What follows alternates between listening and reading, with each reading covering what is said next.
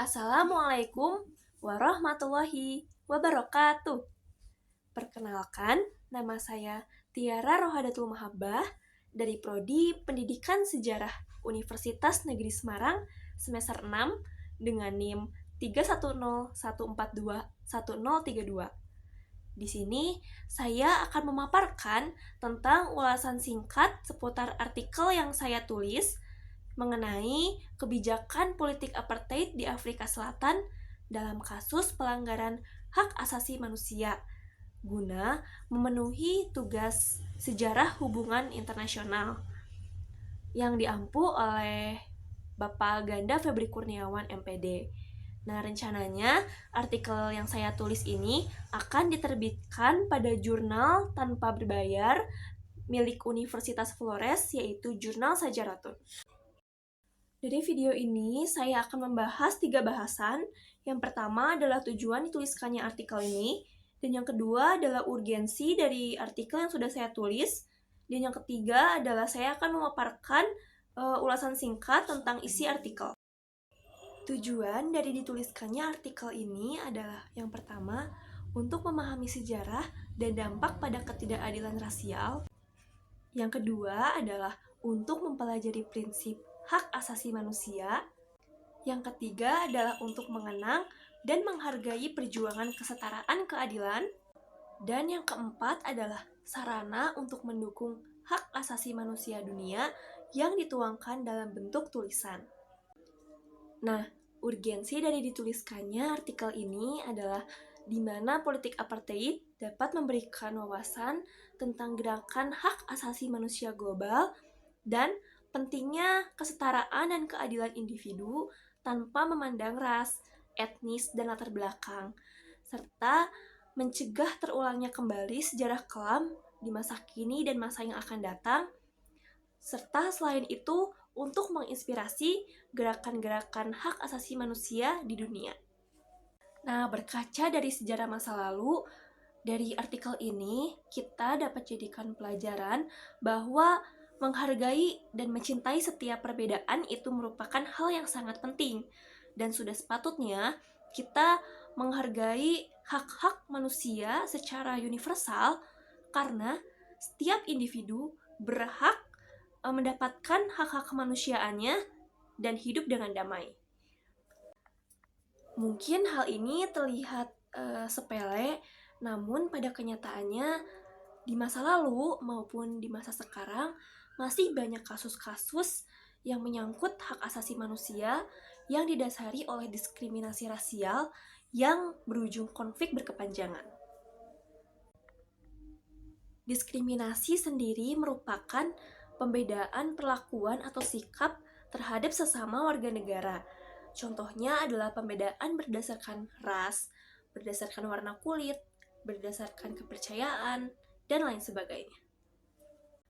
Diskriminasi rasial sendiri merupakan pembedaan sikap atau perilaku terhadap kelompok masyarakat tertentu karena adanya perbedaan warna kulit. Hal ini berpengaruh pada berbagai bidang kehidupan, termasuk pendidikan dan pekerjaan.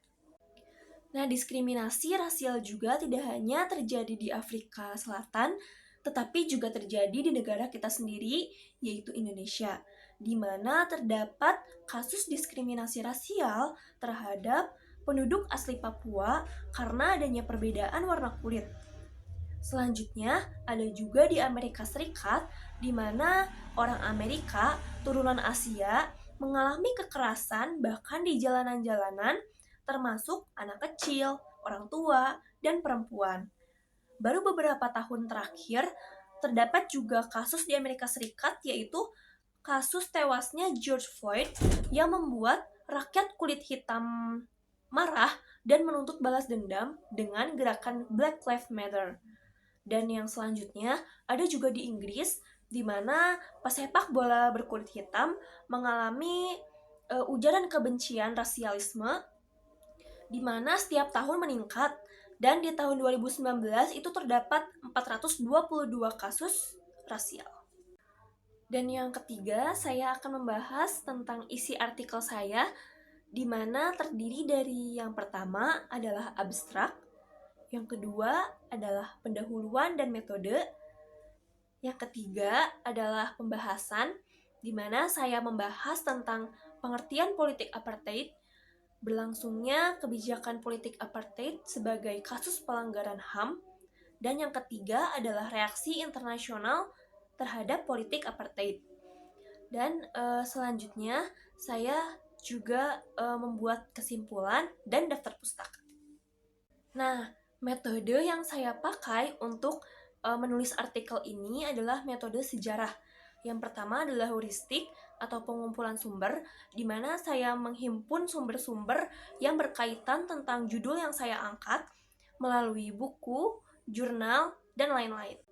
Pada tahap kedua yaitu kritik sumber, di mana saya mengkritisi secara mendalam tentang peristiwa yang saya angkat dengan penelitian terdahulu yang relevan. Dan tahap ketiga adalah interpretasi, di mana saya menafsirkan makna tentang topik peristiwa yang akan dibahas. Dan yang tahap kelima adalah historiografi, di mana saya merekonstruksi peristiwa masa lalu dan dituangkan dalam bentuk tulisan. Nah, jika kita ketahui bahwa apartheid merupakan kata yang berasal dari bahasa Afrika yang artinya adalah keterpisahan, di mana ini merujuk pada tatanan rasial yang membagi mayoritas penduduk kulit hitam dengan minoritas penduduk kulit putih. Nah, dari pengertian apartheid ini sendiri, kita bisa lihat di mana pada waktu itu Afrika Selatan, terutama penduduk kulit hitam, merasa dikucilkan, sedangkan penduduk kulit putih mendapatkan hak-hak istimewanya, dan penduduk kulit hitam merasa dikucilkan. Nah, dari artikel ini, kita akan membahas bagaimana perjuangan penduduk kulit hitam dalam mengembalikan hak-hak kemanusiaannya.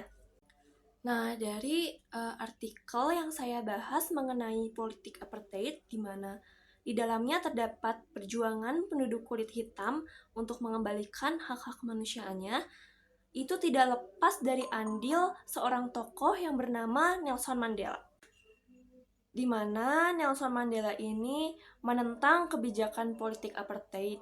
Pada awalnya, dia memakai cara yang damai, namun lama-kelamaan karena diskriminasi ini sudah menjadi kejahatan manusia yang sangat parah, akhirnya Nelson Mandela melakukan cara sabotase, perang gerilya, melakukan demonstrasi, dan pemboikotan.